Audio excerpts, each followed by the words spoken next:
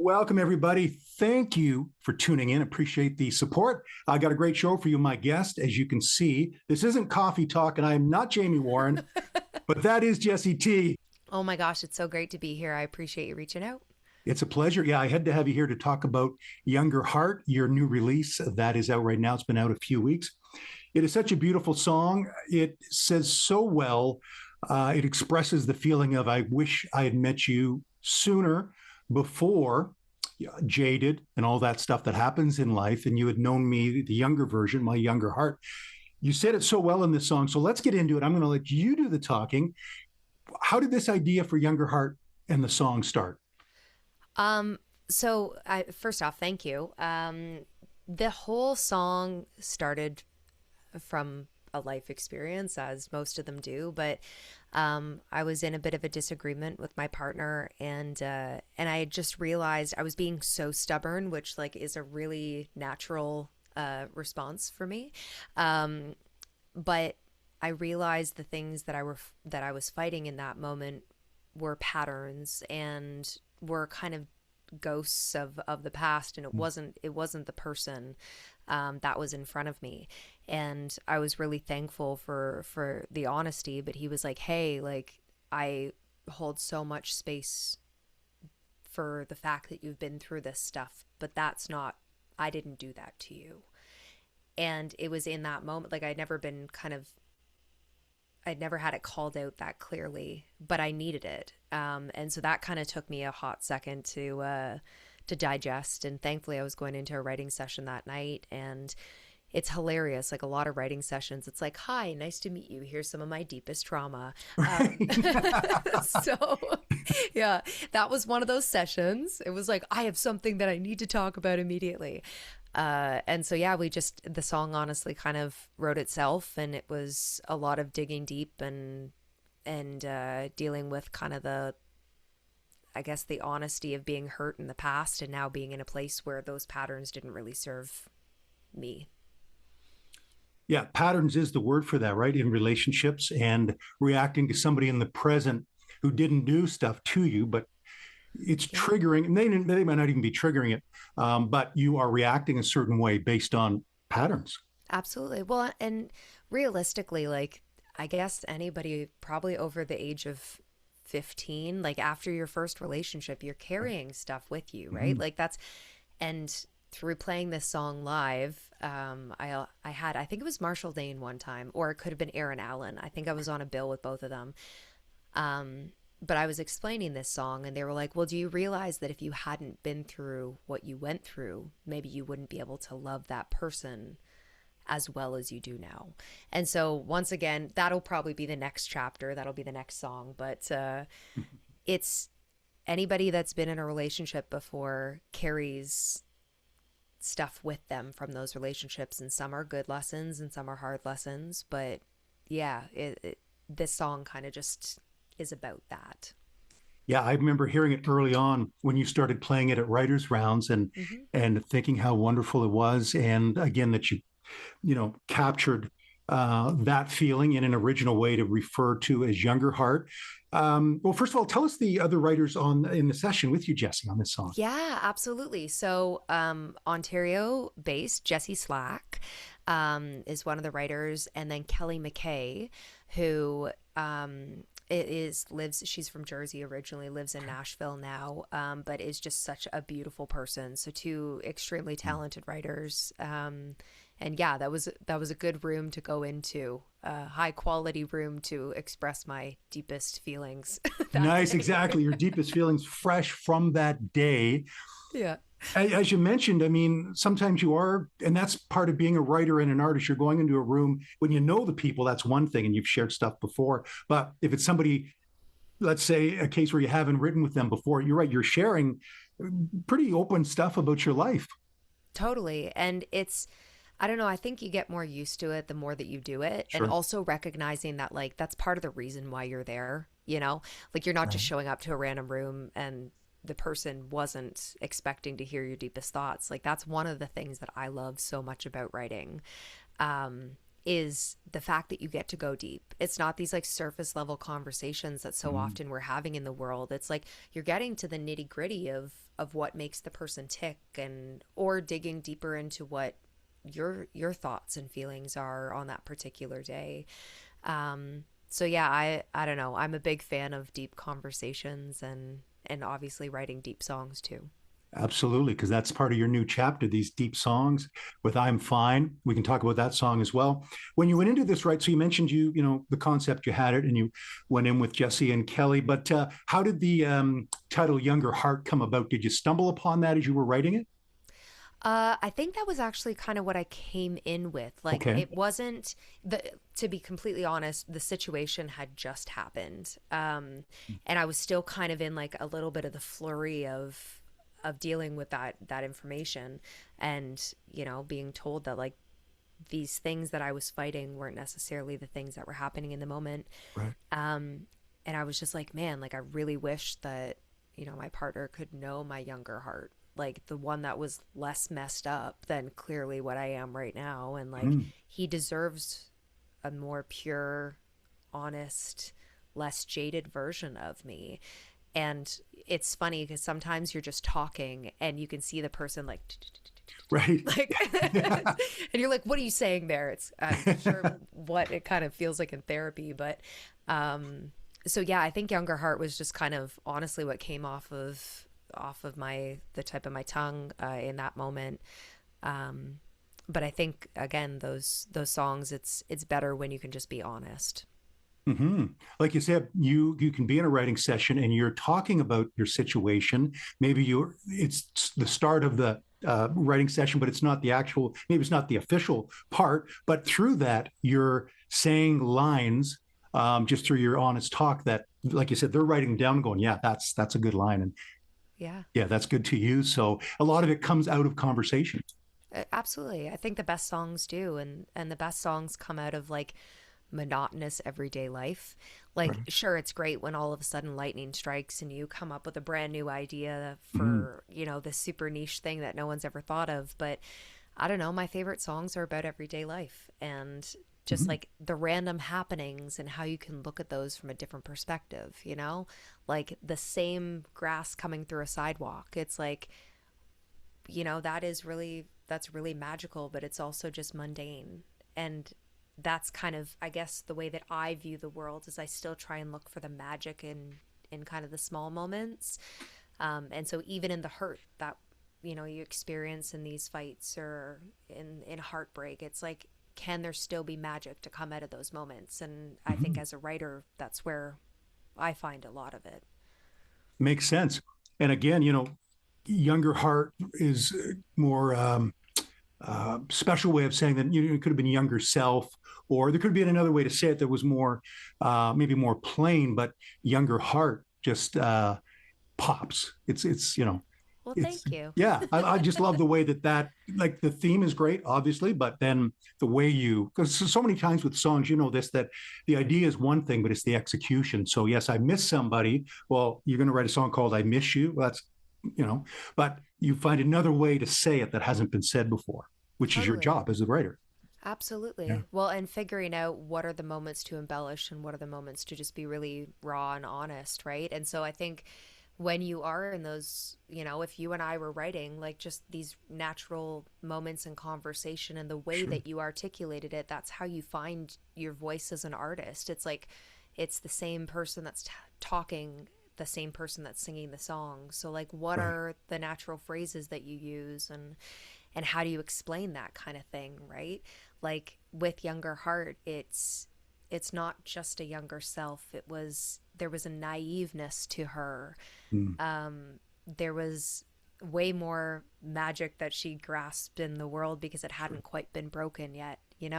Like the Younger Heart encompasses so much more than just a period of time or a person that existed.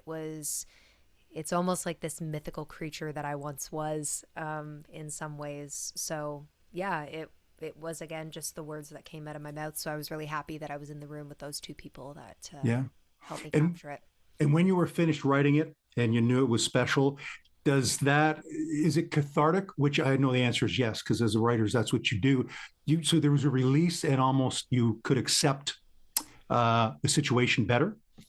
Yeah, I think like songs like that, there's a few different evolutions. One of them is it's definitely cathartic. One of them is like, oh, damn, now I have to face this. Like, oh, do I need to sing this? Like, I want to sing it, but now now I have to admit my faults to the whole world and Right. like this vulnerable side of me or whatever. Um, so yeah, it is cathartic, but I think there's like another level of vulnerability that like Mm. me as a person and an artist kind of became after writing a song like this. And as we were talking about, like, I'm Fine was the start of a new chapter for me. There's a body of work that we're like slowly releasing here that are all, I call them my heart songs. They're songs that have always meant a lot to me, but I had convinced myself weren't like potentially commercially successful songs. Right. Which, like, what does that even mean? I don't really Mm. know. But I'm taking a chance on them. And so Younger Heart is the second song from kind of this collection. And yeah, I'm Fine was the first. I love it. So the album, not to give anything away, because I don't know it's going to be called this, but it could be called Heart Songs. Totally. Yeah. Yeah. That's the theme. The project does have a name. Okay. But well, I can, yeah, it's going to be called Apartment 316. Ooh. So I have not actually said, I have not told anybody about this yet. So you are the I won't first, tell Dave. anybody. Yeah, thank you. I appreciate that. If we could just keep this between us. Between us and three other people, that's all that needs to know. That's it. Exactly. Now I've got to know. I'm curious. Obviously, with a title like that, there's a story there. There is. Yeah. Can you So share the story, or you want to keep that sure. a mystery? Yeah, why not? Why not? Absolutely. This again, this whole chapter is just bringing people in on what's going on, Love and it. like it's not, we don't need to keep everything super secretive and stuff. It's like we're continuing to work on it. It'll come out eventually. So Right. Apartment 316 is the record, or is the place that I moved when I moved away from home. Okay. So when I made the move from Kingston, which was my family home, to Kitchener, to take a chance on music and be closer to the studio, I moved into my first apartment on my own, and that was Apartment 316. And so it was in this place that really represented a significant portion of my life and my growth as a human. All of these songs I wrote when I was in that apartment and in that Wow. chapter of my life. And so I think we've now moved into another house here, or we bought our first home. But it really feels like that chapter of my life needs to be represented, and what better to do that with than a record and these songs. So yeah, the record's going to be called Apartment 316. I love it. Cool story behind the title and a cool title. And tell us about I'm Fine. So that is, like you said, the start of this chapter Hmm. of these kind of songs. And you mentioned too the commercial versus art. But if you're putting something out that people can relate to, then that is what's most important than trying to write the next summer smash, which has its place, obviously, but this has its own place as far as kind of art. Absolutely. Yeah, Well, and it's a constant balance, right? Like sure. we're both in the industry. We make our living off of being in this industry, and so obviously there is some commercialization to Right. it. Yeah. But I feel like especially in, I guess we're getting, let's go deep, Dave. Okay, let's But do it. in the world of AI music, Oh, which yeah. I am not a big fan of, I think it has its place for like humor, and Sure. obviously, we're gonna have to embrace as it continues to evolve. I think there are people that are searching for real music and real art, and that has less to do with the traditional forms of whether something was commercial or commercially successful. People Mhm. are looking to find things that are undiscovered and artists that are undiscovered. And a lot of that has to do with trusting the artist's voice. If I think of my favorite artists, part of the reason why they're my favorite is because I believe in what they believe in. And I know that even if stylistically the song might not be completely in my lane, I'm going to like it because it came from them. And so I don't know necessarily why I was denying myself that opportunity to have my own voice, Sure. and be able to build that artistic kind of identity. But these songs, I think, and this chapter is really a part of me starting to let people in on that journey and being less of just a pretty face and more of a real person that has real thoughts and real beliefs and stuff. So Mhm. yeah, that's kind of, and I'm fine again as a song about mental health. I wrote it completely on my own in apartment 316. Wow. And it was an overflow of emotion that just happened one day. It came out in about 10 minutes. So, Wow, 10 minutes. yeah. Just it was something you were dealing with. It flowed out. And what did you want? I mean, we know what the song is about, but what do you want people to take away from it, Jessie, when they listen? Um, I'm fine that other people struggle with mental health. I think it can be a really isolating feeling. Mm. And that there there is a potential to be fine. Like the Right. whole song is kind of it's saying I'm fine, but the whole idea is you're not. Right. Um, there is ways to be fine.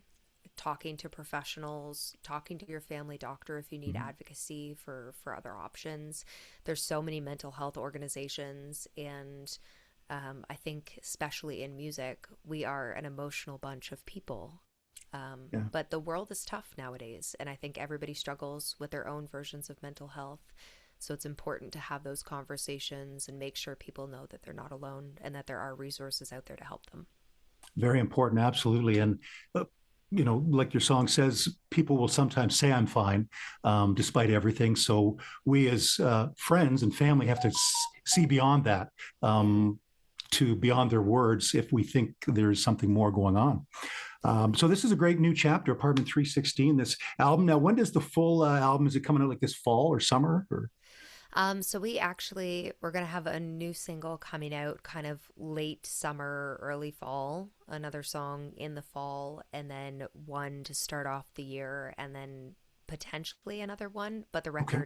the plan is right now. Now again, this is the loose plan because obviously music changes, but Yeah. I'm sticking to the schedule. So Okay. the plan is the spring. Okay. So we'll have a new record for next summer. Nice. So we're talking spring 2027. Yes. Nice. I love it with the singles along the way, leading up to it. Hmm. On the subject of songwriting, you've been doing this a while, Jessie. Take us back to what inspired you to write your first song. And I talked to artists even recently. Some, the first songs aren't that good usually.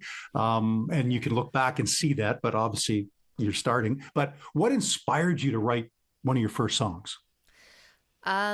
So my dad and my mom loved music. Music Nice. was always in our house. My dad actually bought his first guitar on a bank loan that his dad co-signed. He Wow. took out his first bank loan to buy an Ovation. So, Oh my goodness. and dad played the guitar, mom played the radio. She like sang along Right. to every song, even if she didn't know the words.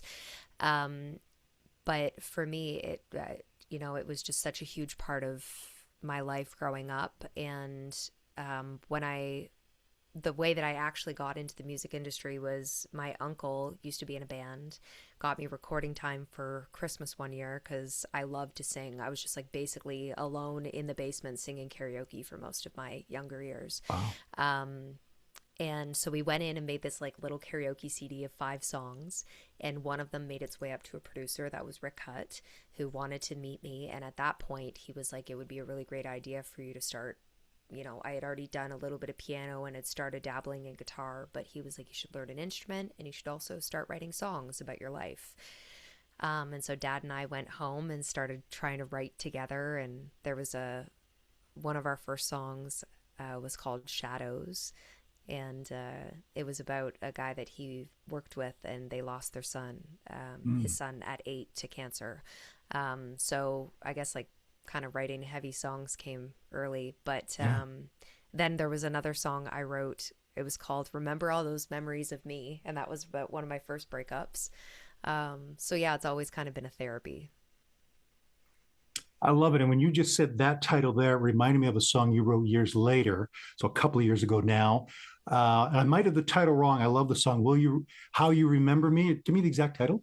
Remember Me. Yeah. Remember Me. Yes. Nice. Yeah. Yeah. No, when I love when you perform that, I actually I think I do tear up when I hear it because it's just one of those songs that the way it was written and executed was beautiful. I mean, it's a Thank beautiful you. song. Thank you. Yeah. That is also, you're getting all the tea here, Dave. Okay, spill the tea. But that is one of the songs that will be part of this project that will be Ah, coming out in the next few months as and well. it makes sense because that is a heart song. I mean, that is a beautiful song. Uh, wow. So were your songs? It sounded like you were starting to write serious songs from the start.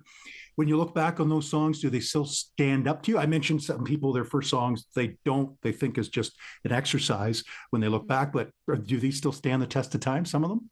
Oh yeah, I mean Good. they're structurally maybe not great. Okay. Like, and the rhymes and like though I didn't really understand how to build lyrics or build pictures Sure. and stuff like that, but I think the thing that like makes them stand up or like still be there is because they were based off real life experiences and Right. like those were things that I really lived and those songs represented a period of my life. And so for that reason they stand up now. Like, would I play them at a summer festival? Probably not. Okay. um but yeah, actually, like, sometimes when I go home, if we're doing guitar nights and like family jams, like I'll Right. still pull out some of the songs that Dad and I wrote together and some of the early stuff because I think it's, my favorite is when you hear bands that still play their songs from early days. It's like you can't forget where you came from, So Absolutely. yeah, And now I'm having another flashback. Is there a song of yours with the name Dave in it?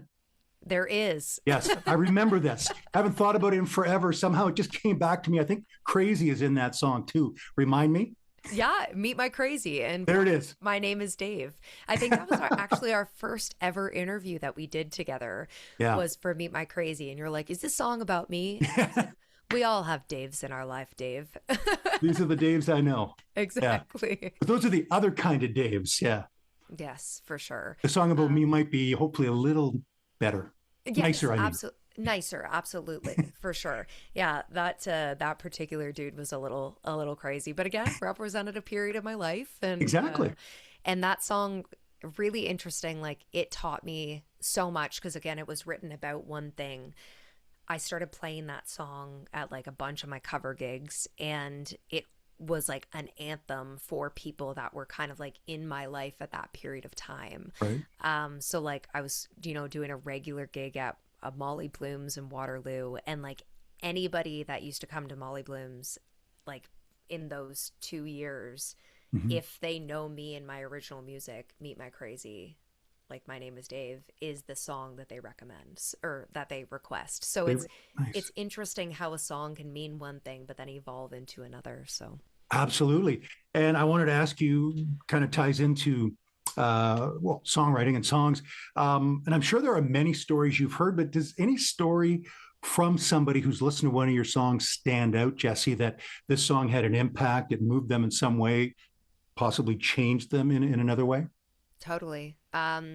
Fortunately, I've had many a conversations, mostly with people after shows, Right. about their connections to certain songs of mine. I'm fine. I've had a lot of like private DMs from people just kind of expressing their struggles with mental health and how that song helped them feel less alone. Younger Heart, I had a girl come up to me after a show and say, can I get this song? This is everything I've been trying to tell my therapist for years and haven't been able to find the words. Oh my goodness. Just a number. I've had a bunch of people that have been, either have recovered from eating disorders or have been on weight loss journeys express their difficulty with numbers. And that's not just, I wrote it again as a female in the world, but that's been cross gender.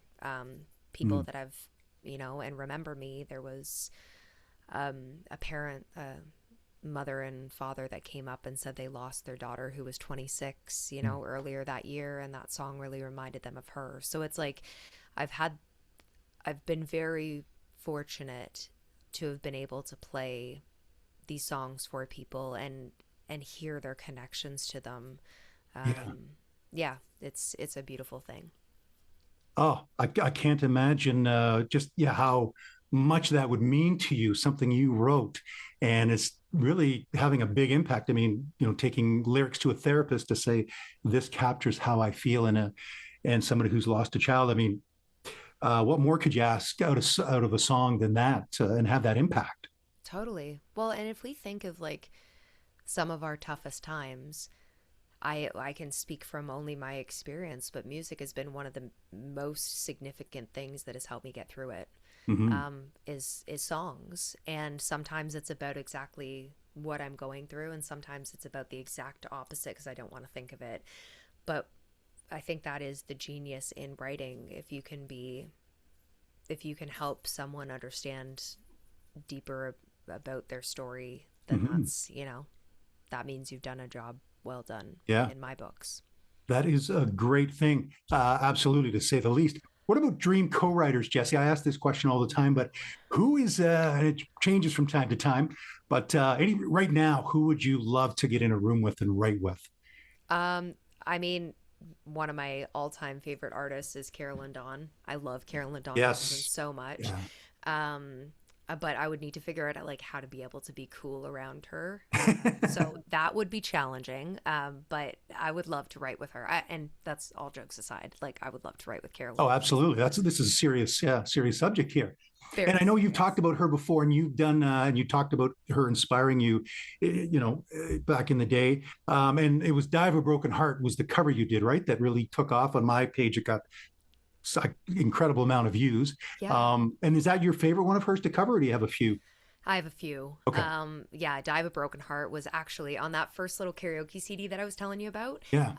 My dad and one of my best friend's dads, Don, he was the one that actually introduced me to that song. And so Wow. my dad and him are playing guitar for a live version of Die of a Broken Heart. So Oh that was my on my goodness. first ever karaoke CD.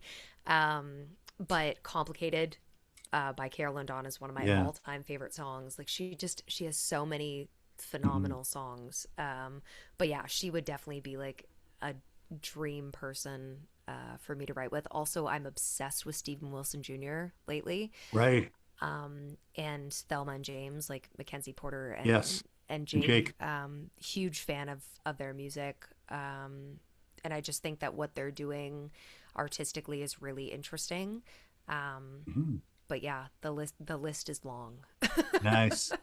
Great choices. Yeah, I remember back in the day, again, without giving away a specific year, but it was when Carolyn Dawn Johnson first came out with Georgia. I'm in my car listening to this song. I didn't know who she was because that song was her first one. And I remember going, I love this song. This is an incredible song.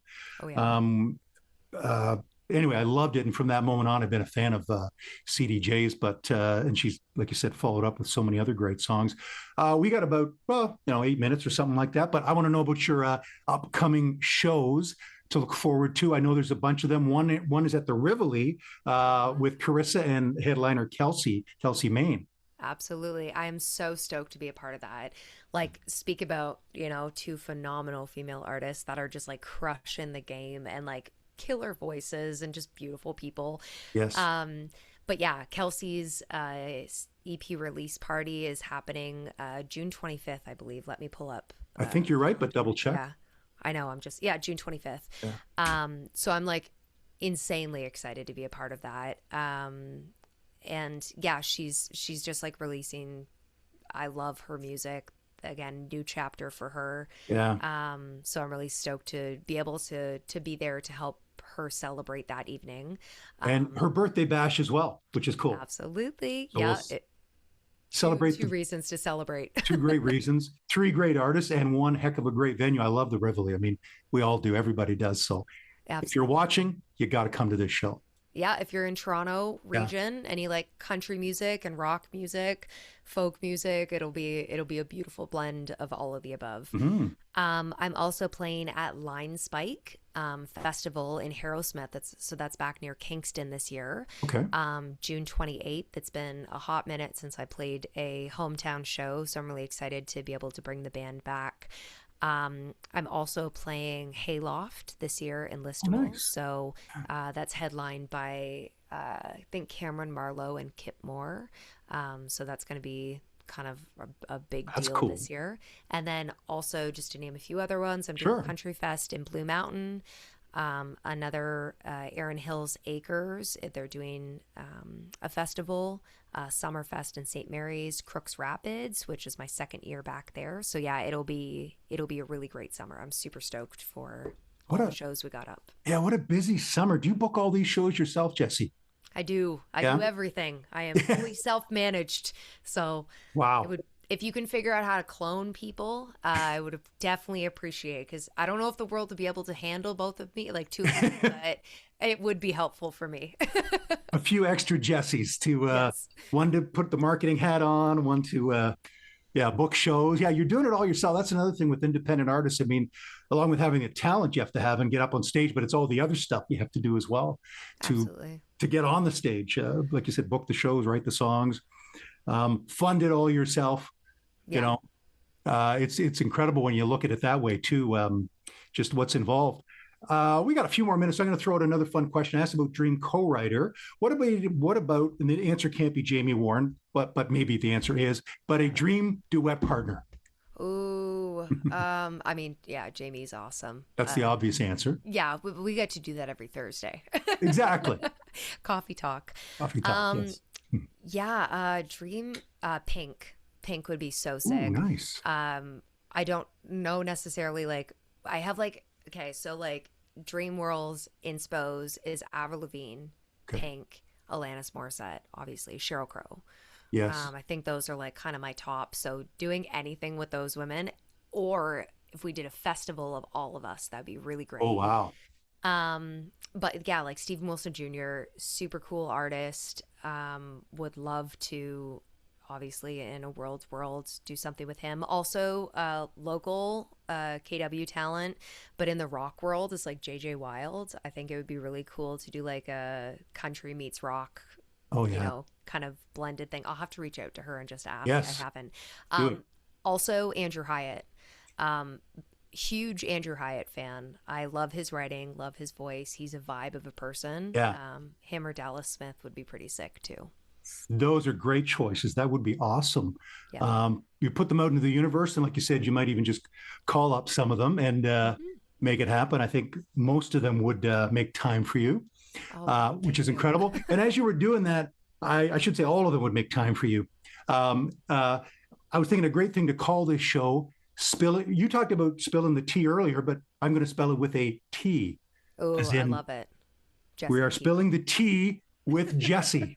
That's going to be the name of this episode. I like that. Well, you've got a bunch of new information here. I haven't had an interview in a while, so I guess this is amazing that we're having a chance to chat and catch up. I appreciate, you know, the space that you make for original artists and independent artists here. It's you know, you've always been a breath of fresh air, so I appreciate you helping to get us more community. Thank you. That's what I try to do. I connect people, build a community. And I'm so glad that you had all this great news and you were willing to share it, as opposed to saying some of it's top secret or not revealed. So you let us in on, you know, the upcoming project and everything else going on. So Jessie, this has been great catching up. I know we'll do it in person at some point, but this has been great catching up here. Thanks to everybody for tuning in. And I've enjoyed it. And again, Younger Heart is just a wonderful piece of art. Oh, thank you. I appreciate it. Yeah, we got added to editorial playlists on Apple Music, Spotify, and Amazon. So that is like the first time for me. I've never been added to editorials across 3 platforms. So it's pretty cool to see what the song has been able to do in a short period of time. So we're just going to keep rocking it. Yeah. Stoked to play it this summer. Yeah. Oh, good. Right on. People will check it out at your shows. All the great shows you mentioned coming up this summer. Follow Jessie on her socials so you can make sure you got the dates and other stuff going on. Thanks again, Jessie. Great to see you. Thank you, Dave. I'm Dave Woods. Thanks for tuning in. And we'll see you next time.